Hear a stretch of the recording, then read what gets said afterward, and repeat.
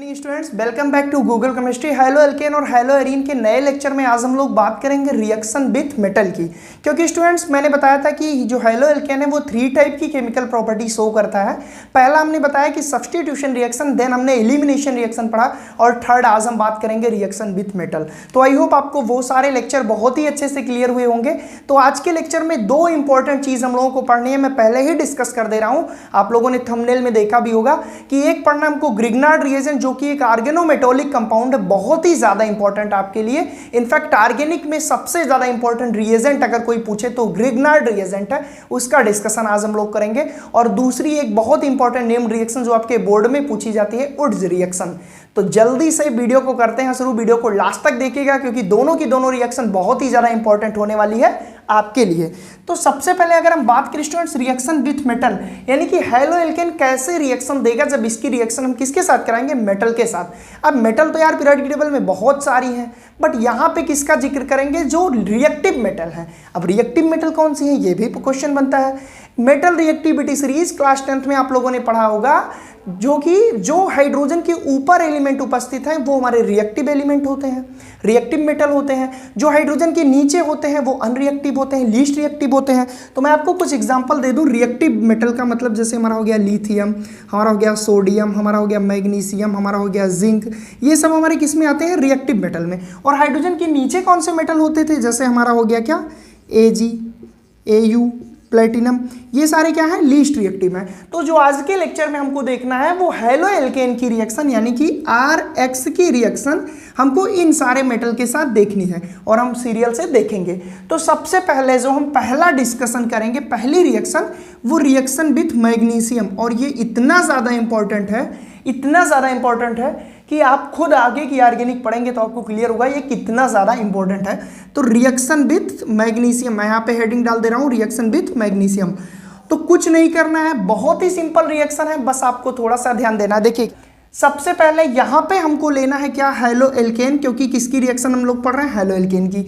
ये हमने लिया है हेलो एल्केन, और इसकी रिएक्शन किससे करानी है, मैग्नीशियम मेटल से, जो कि एक रिएक्टिव मेटल, हमने यहाँ पे लिख दिया मैग्नीशियम। अब आपको क्या करना है, यहाँ पे in the presence of dry ether, एक चीज याद रखना स्टूडेंट्स कि ये ड्राई ईथर क्यों लिया गया, क्योंकि अगर यहाँ पे थोड़ी सी भी मॉइस्चराइजर आई तो फिर ये रिएक्शन कंप्लीट नहीं हो पाएगी, इसलिए जो ईथर लिया गया वो पूरी तरह से ड्राई लिया गया। और बनेगा क्या, इनफैक्ट सबसे ज्यादा इंटरेस्टिंग तो ये है कि बनेगा क्या। तो आइए देखते हैं क्या बनता है। सबसे पहले हमको क्या करना है, इस RX के बीच में बॉन्ड को ब्रेक कर देना है और इस मैग्नीशियम को बोलना है कि भैया आप यहाँ पे आके सेट हो जाइए। तो बनेगा क्या, देखिए कुछ नहीं करना है, R को ऐसे रहने दीजिए, X को ऐसे रहने दीजिए, बीच में मैग्नीशियम लिख दीजिए और जोड़ दीजिए बॉन्ड। और ये जो बना, ये प्रोडक्ट इतना इंपॉर्टेंट है कि आपसे मैं क्या बताऊं, बहुत ही ज़्यादा इंपॉर्टेंट है। और इसी प्रोडक्ट को हम क्या कहते हैं, बहुत ही इंपॉर्टेंट प्रोडक्ट, ग्रिग्नार्ड रिएजेंट। ये एक ऐसा रिएजेंट है, इस रिएजेंट की डिस्कवरी के लिए केमिस्ट्री में नोबेल पुरस्कार मिला था, नोबेल प्राइज। आप खुद जानते हैं कि नोबेल प्राइज कितना बड़ा प्राइज होता है, और अगर पर्टिकुलर एक रिएजेंट की डिस्कवरी को लेकर किसी साइंटिस्ट को अगर नोबेल पुरस्कार मिल जाए तो फिर आप समझ सकते हैं बहुत ही बड़ा, बहुत ही इंपॉर्टेंट रिएजेंट है। इसके लिए इसके जो साइंटिस्ट थे उनका नाम था क्या, विक्टर ग्रिग्नार्ड, और इन्हीं के नाम पे इस रिएजेंट का नाम रखा गया क्या, ग्रिग्नार्ड रिएजेंट। 1900 में इसकी डिस्कवरी हुई थी। किसने की थी, विक्टर ग्रिग्नार्ड ने। किस रिएजेंट की, ग्रिग्नार्ड रिएजेंट की। अगर आपसे कोई पूछे कि इस RMgX को क्यों ग्रिग्नार्ड रिएजेंट कहते हैं तो आप आसानी से बता सकते हैं, बिकॉज इसके जो फादर थे, इसके जो डिस्कवरर थे वो कौन थे, विक्टर ग्रिग्नार्ड। कितने सन में इसकी डिस्कवरी हुई, 1900। स्टूडेंट्स एक चीज मैं आपको बता दूं, केवल इसकी डिस्कवरी पे नोबेल पुरस्कार मिला, बहुत ही बड़ी चीज़ है। आप लोग थोड़ा सा जानेंगे जब नोबेल प्राइज के बारे में तो सारी चीज़ें आपको क्लियर होंगी। यहाँ पे मैंने क्या कराया, जब हेलो एल्केन की रिएक्शन किसके साथ कराई, मैग्नीशियम के साथ, तो हुआ क्या कि मैग्नीशियम इनके बीच में यहाँ के सेट हो गया। देखिए RX के बीच में मैग्नीशियम आ गया। अब अगर हम बात करें कि किस पे पार्शियली पॉजिटिव, किस पे पार्शियली निगेटिव, तो हैलोजन पे पार्शियली निगेटिव होता है, आप सभी जानते हैं। और यहाँ पे मैग्नीशियम, अगर मैग्नीशियम की बात करें स्टूडेंट्स, तो मैग्नीशियम नॉर्मली 2+ फॉर्म में पाया जाता है। तो यानी कि इस पर हमारा पॉजिटिव चार्ज लगेगा। अब इस पे 2 पॉजिटिव पार्शियली पाया जाता है, इस पे 1 निगेटिव है, तो इसके पॉजिटिव को बैलेंस करने के लिए इस पर भी 1 निगेटिव पार्शियली लगेगा। तो अगर आपसे कोई बोले कि इनके बीच के बॉन्ड का नेचर क्या होगा, तो आप यहाँ पे नॉर्मली देख सकते हैं कि ये पॉजिटिव पार्शियली है, ये निगेटिव हैलोजन है तो निगेटिव ही होगा, और ये जो R है ये एक ऐसा यूनिक टाइप का कंपाउंड है, यहाँ पे कार्बन पे निगेटिव चार्ज लग रहा है। यहाँ पे आप देखिए कार्बन पे निगेटिव चार्ज आ रहा है, तो ये किसकी वजह से? क्योंकि मैग्नीशियम पे 2+ होता है। कैसे 2+ होता है मैं ये भी बता दूं। मैग्नीशियम का एटॉमिक नंबर 12 होता है, एटॉमिक नंबर लिखेंगे 282। अगर ये 2 इलेक्ट्रॉन रिलीज कर दे तो इसकी बैलेंसी या इसका ऑक्टेट कंप्लीट हो जाएगा, इसलिए ये 2 इलेक्ट्रॉन देता है, तो पार्शियली 2 पॉजिटिव चार्ज आते हैं। आई होप आपको क्लियर हुआ होगा।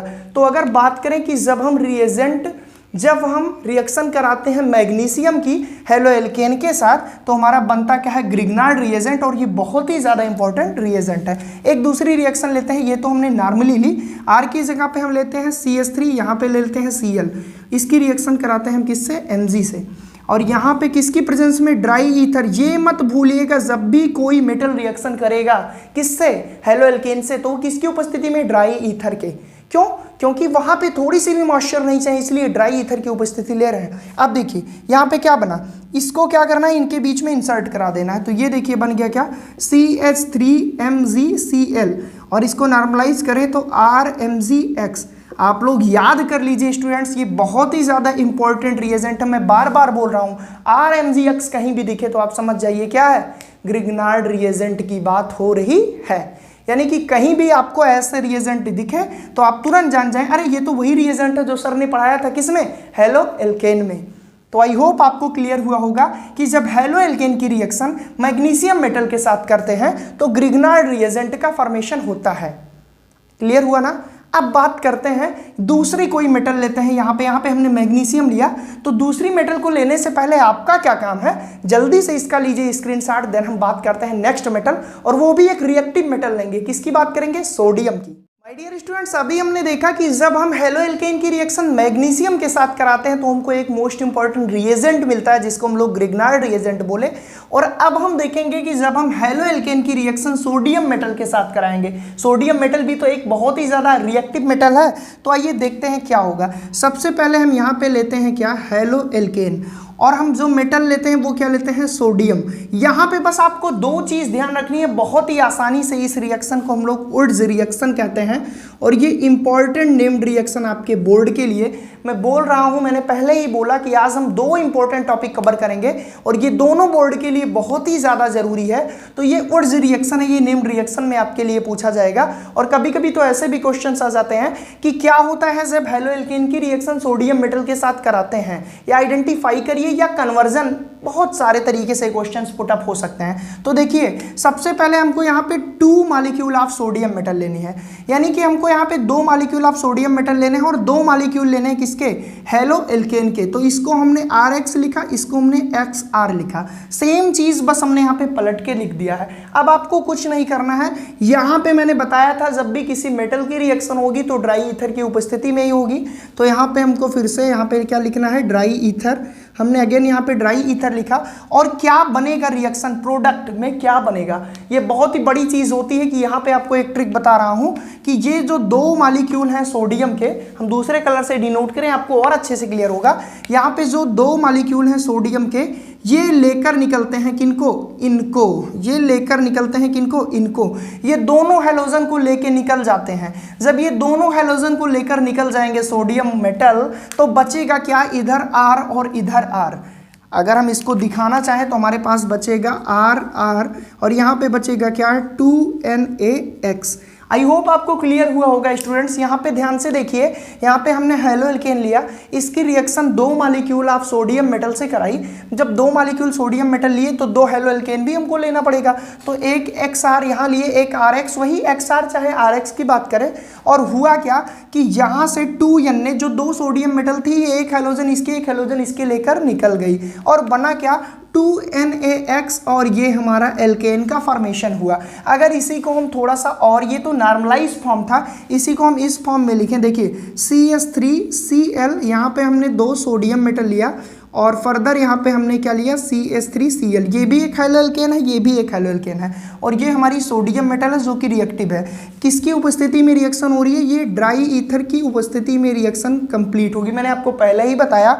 और कराना क्या है आपको, ये जो सोडियम मेटल है ये अपने साथ हैलोजन को लेकर निकल जाएगी, यानी कि ये तीनों आपस में मिल जाएंगे और हमारा जो प्रोडक्ट बनेगा वो क्या बनेगा, देखिए CH3 यहाँ से बचा और यहाँ पे क्या बचा है CH3, ये दोनों आपस में मिल जाएंगे, यानी कि ये हमारा क्या बन गया, इथेन बन गया। और उसके बाद हमारा क्या बना प्रोडक्ट में 2NaCl, यानी कि ये सोडियम क्लोराइड 2 मॉलिक्यूल बना, ये सोडियम 2 मेटल की उपस्थिति के कारण ऐसा हुआ। और ये जो हमारा बना, ये हमारा क्या बना, एल्केन। यानी कि अगर आपसे कन्वर्जन में ऐसे क्वेश्चंस पूछ लिए जाए स्टूडेंट्स कि कभी भी मेथेन से एथेन में कन्वर्जन करना हो या छोटी चेन से लंबी चेन में कन्वर्जन करना हो, तो आप वहां पे ये यूज करिएगा, कौन सा, ये दो मेटल सोडियम मेटल को यूज करिएगा और आपके उसके बाद 2NaCl निकल जाएगा या 2NaX निकल जाएगा और आपको लंबी चेन मिल जाएगी। यहाँ पे देखिए कुछ नहीं किया गया है, ये हमारा मेथेन फॉर्म में था, इसको एथेन फॉर्म में कर दिया गया। इसी तरह चेन और भी लंबी हो सकती है, कैसे और लंबी हो सकती है हम लोग इसको भी देख ले रहे हैं। C2H5 हो गया, यहाँ पे Cl हो गया, यहाँ पे फर्दर हमने 2Na 2 सोडियम मेटल से रिएक्शन कराई, यहाँ पे फिर हमारे पास क्या है C2H5 यानी कि एथिल क्लोराइड, इसकी रिएक्शन जब हमने कराई किसकी उपस्थिति में, ड्राई ईथर की उपस्थिति में, देन हमको क्या मिला। अब आप बना सकते हैं, क्या करना है, इस क्लोरीन को इस Na के साथ निकाल देना है, यानी कि यहाँ पे हमारा क्या निकल गया 2NaCl और बचा क्या, देखिए इस एथिल को मिला देना है, यहाँ पे C2H5 चेन लंबी हुई कि नहीं। तो अगर ऐसे कन्वर्जन आ जाए कि आपको चेन लंबी करनी हो तो भी हम किसके साथ में रिएक्शन कराएंगे, सोडियम मेटल के साथ। अब ओवरऑल कंक्लूड करते हैं कि इसको कौन सी रिएक्शन कहते हैं, तो ये वुड्स रिएक्शन। स्टूडेंट्स आपको एग्जाम में डायरेक्टली नेम्ड रिएक्शन से भी पूछा जा सकता है कि वुड्स रिएक्शन क्या है, तो आप बोलेंगे when haloalkane react with 2 sodium metal then it form alkane. Alkane बनाने का सबसे अच्छा तरीका है, एल्केन बनाने का सबसे अच्छा तरीका वुड्स रिएक्शन के थ्रू। तो आई होप आपको ये पूरी चीजें क्लियर हुई होंगी कि कैसे हमने इसको निकाला और हमारे पास एल्केन यानी कि एल्केन की लंबी चेन बनी। तो वहां पे हमने पढ़ा मैग्नीशियम के साथ तो ग्रिग्नार्ड रिएजेंट बना, यहाँ पे हमने पढ़ा तो एल्केन बना, और कौन सी रिएक्शन है ये, वुड्स रिएक्शन। अब हम कुछ और मेटल देख ले रहे हैं जो कि और भी रिएक्टिव मेटल हैं, जो अदर रिएक्टिव मेटल हैं उनकी बात कर रहे हैं, जैसे हमारी हो गई लिथियम, जैसे हमारा हो गया जिंक, इन सब की मेटल की रिएक्शन हम लोग देख ले रहे हैं। हालांकि वो उतना ज़्यादा इंपॉर्टेंट नहीं है जितना ज़्यादा ये दोनों आपके सिलेबस में NCERT बुक में दिया गया है। तो जल्दी से लीजिए इसका स्क्रीनशॉट, इसको रफ करके फिर हम आपको दिखाते हैं कि इसकी रिएक्शन लिथियम के साथ कैसे होगी और जिंक के साथ। माय डियर स्टूडेंट्स, अभी हमने देखा कि मैग्नीशियम के साथ हैलो एल्केन कैसे रिएक्ट करता है, उसके बाद हमने देखा सोडियम के साथ कैसे रिएक्ट करता है। अब हम कुछ और रिएक्टिव मेटल ले रहे हैं जिसमें हम लोगों ने लिथियम के साथ और जिंक के साथ इसकी रिएक्शन कराई है, जो कि बहुत ही ज़्यादा सिंपल रिएक्शन देता है, बट सारी रिएक्शन एक टाइप की नहीं देता, ये चीज़ याद रखिएगा। वहाँ पे एल्केन बना रहा था, यहाँ पे कुछ और बनेगा। आइए देखते हैं यहाँ पे क्या बनेगा। सबसे पहले हमने यहाँ पे लिया है हैलो एल्केन और X, उसकी रिएक्शन कराई 2 लिथियम मेटल से, 2 molecule of the lithium metal, और किसकी प्रेजेंस में, मैंने पहले ही बताया था मेटालिक जितनी रिएक्शन होगी वो ड्राई ईथर की उपस्थिति में होगी, तो ड्राई ईथर की उपस्थिति में इसकी रिएक्शन हुई।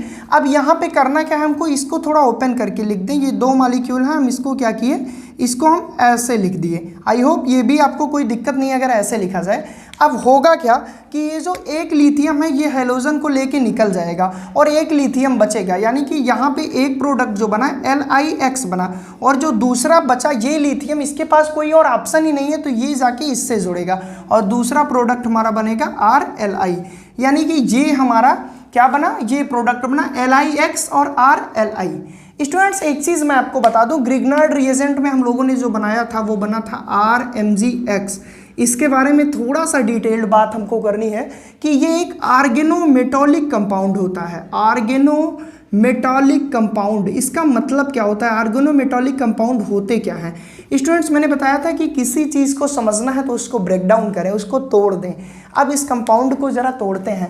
आर्गन प्लस मेटॉलिक, आर्गेनो वर्ड क्यों यूज हुआ, ऑर्गेनिक केमिस्ट्री में हम क्या पढ़ते हैं स्टूडेंट्स, ऑर्गेनिक केमिस्ट्री में हम पढ़ते हैं कार्बन और उसके कंपाउंड के बारे में। तो ऐसा कोई कंपाउंड जिसमें कार्बन हो और मेटल हो, यानी कि कोई ऐसा कंपाउंड जिसमें कार्बन और मेटल के बीच में बॉन्डिंग हो, which is called called organometallic compound. मैं इसका इंट्रोडक्शन इसलिए आपको दे रहा हूं क्योंकि आगे जब आप पढ़ाई करेंगे केमिस्ट्री की तो वहां पे आर्गेनोमेटॉलिक एक ब्रांच है पूरी की पूरी केमिस्ट्री में, और उस आर्गेनोमेटॉलिक कंपाउंड का जब भी जिक्र होता है तो ग्रिग्नार्ड रिएजेंट का जिक्र हो ना, ऐसा हो ही नहीं सकता। तो स्टूडेंट्स जहां भी आपको रिएक्शन विथ मेटल मिलेगी और पूछा जाएगा कंपाउंड में क्या बन रहा है तो वो एक आर्गेनोमेटॉलिक कंपाउंड बनेगा। आर्गेनोमेटॉलिक कंपाउंड क्या होते हैं? एक ऐसे कंपाउंड जहां पे कार्बन और मेटल के बीच में बॉन्ड हो। आखिर RMgX में ये हमारा CS, इसी को अगर हम ओपन फॉर्म में लिखें तो हम क्या लिख रहे हैं? CS3Mg और Cl। यहाँ पे ये कार्बन और मैग्नीशियम के बीच में बॉन्ड हो रहा है, बॉन्ड पाया जा रहा है, इसलिए इसको कार्बन का मतलब ऑर्गेनिक हो गया और ये एक मेटल है, इसीलिए इसको आर्गेनोमेटॉलिक कंपाउंड कहते हैं। तो आई होप ये चीज़ आपको क्लियर हुई होगी। तो बात करें अगर लिथियम के साथ तो यहाँ पे ये लिथियम मेटल है और ये R क्या है? एक प्रकार से CS3 ही तो है, यानी कि ऐसे कंपाउंड बना, तो ये भी एक आर्गेनोमेटॉलिक कंपाउंड बना।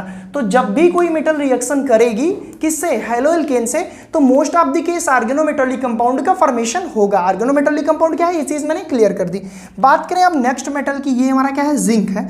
जब हम जिंक की रिएक्शन हैलोएल्केन से कराएं, ये हमारा एक हैलोएल्केन है CS3CH2Br, स्पेसिफिक रिएक्शन है थोड़ी सी, किसकी उपस्थिति में? यहाँ पे ड्राई ईथर की बजाय हम इनर्ट इन्वायरमेंट ले लिए। इनर्ट इन्वायरमेंट मतलब क्या है? वैक्यूम ले लिए, एकदम शून्य, जहां पे कोई गैसेज ना हो, कोई इन्वायरमेंट ना हो, एकदम शून्य, निर्वात जिसको कहते हैं। इनर्ट गैस जैसे होते हैं ना रिएक्टिव है, ना किसी से कंपाउंड से ऐड हो रहे हैं, ना किसी से रिएक्शन कर रहे हैं, तो एक ऐसे इनर्ट इन्वायरमेंट ले लिए जहां पे कोई रिएक्शन रिएक्टिव ना हो, बहुत ही ज्यादा लेस रिएक्टिव कर दे सभी चीजों को, शून्य कहें तो जब हम हैलोएल्केन की रिएक्शन जिंक मेटल से कराए तो कुछ नहीं हुआ, बस ये जिंक डायरेक्ट जाके इसमें ऐड हो गया, यहाँ बीच में इंसर्ट हो गया। जैसे RMgX में हमने इंसर्ट कराया था वैसे इस जिंक को यहाँ बीच में इंसर्ट करा दिया और हमारा बना क्या? ये हमारा बन गया। बट ये रिएक्शन यहीं पे कंप्लीट नहीं होती स्टूडेंट्स, हमारा बना क्या? CS3CH2 जिंक और ब्रोमीन ऐड हो गए, यानी कि ये ZnBr। यहाँ पे जिंक है, ये पार्शियली 2 पॉजिटिव कंसिस्ट कर रहा है, ब्रोमीन पार्शियली 1 पॉजिटिव, और ये ओवरऑल पूरा मिलके partially 1 negative, 1 negative 1 negative 2 negative, इसको क्या कर रहे हैं? मेंटेन कर रहे हैं। यानी कि ये जो जिंक है यहाँ पे ऐसे ऐड हो गया, बीच में इंसर्ट हो गया, जैसे RMgX में मैग्नीशियम इंसर्ट हुआ था। अब बात करते हैं कि इसकी आगे की रिएक्शन क्या होगी। जब इसी का हम 2 मॉलिक्यूल लेंगे, और उसको हीट करेंगे तो हमको एक कंपाउंड मिलेगा, ये देखिए हमको ये कंपाउंड मिला, डाईएथिल जिंक। क्या मिला हमको? Diethyl zinc. ये जो हमको कंपाउंड मिला स्टूडेंट्स, ये बहुत ही ज़्यादा इंपॉर्टेंट कंपाउंड है, इसको हम लोग कहते हैं फ्रैंकलैंड रिएजेंट। इसको हम लोग क्या बोलते हैं? Frankland reagent. ये एक मोस्ट इंपॉर्टेंट रिएजेंट है, इसका भी क्वेश्चन आपसे पूछा जा सकता है 1 नंबर के क्वेश्चन में, क्योंकि मोस्टली बोर्ड में अब 1 मार्क क्वेश्चन आ रहे हैं। तो फ्रैंकलैंड रिएजेंट क्या है? CS3CH2 का होल ट्वाइस और जिंक, और बना क्या हमारा? ZnBr2। यहाँ पे ध्यान से देखिए, हमको करना क्या है? सबसे पहले हम इस रिएक्शन में क्या किए, अगर आपसे क्वेश्चन आ जाए फ्रैंकलैंड रिएजेंट बनाना है तो हम क्या करेंगे, तो ध्यान से देखिए क्या करना है। हैलोएल्केन लेना है, उसकी रिएक्शन जिंक से करनी है, जिंक को डायरेक्ट इंसर्ट कराना है, जैसे हमने मैग्नीशियम को इंसर्ट करा था किसमें? ग्रिग्नार्ड रिएजेंट के फॉर्मेशन में। बट यहाँ पे ये नहीं बनेगा फ्रैंकलैंड रिएक्शन, यहाँ पे ये फ्रैंकलैंड रिएजेंट नहीं बनेगा। इसके 2 मॉलिक्यूल को लेके हमको हीट करना है। जैसे ही हम हीट करेंगे देखिए क्या होगा, जैसे हम इसको हीट करेंगे ये तो ट्वाइस में बदल जाएगा, और ये जो हमारा एक जिंक है यहीं रह जाएगा, और दूसरा जिंक और 2 ब्रोमीन यहाँ पे ZnBr2 करके निकल जाएंगे, और ये जो हमारा बना ना स्टूडेंट्स, यही हमारा क्या है? Frankland reagent. तो आई होप आपको रिएक्शन विथ मेटल हैलोएल्केन की क्लियर हुई होगी। इसमें 2 मेन जो रिएक्शन थी वो थी ओड्स रिएक्शन और ग्रिग्नार्ड रिएजेंट का फॉर्मेशन। तो आई होप आपको क्लियर हुआ होगा। अगर आपको क्लियर हुआ तो कमेंट सेक्शन में कमेंट करके हमको जरूर बताएं। और आज हैलोएल्केन का पूरा पार्ट हम लोगों ने कंप्लीट कर लिया। फर्स्टली हमने प्रिपरेशन पढ़ी, देन केमिकल रिएक्शन पढ़ी, अब हमको पढ़ना है नेक्स्ट लेक्चर में हैलोएरीन। तो जुड़े रहिए, पूरे चैप्टर को हम लोग कंप्लीट करेंगे। नोट्स डिस्क्रिप्शन बॉक्स में वहां से डाउनलोड कर लीजिएगा। आज के लिए बस इतना students, thank you so much.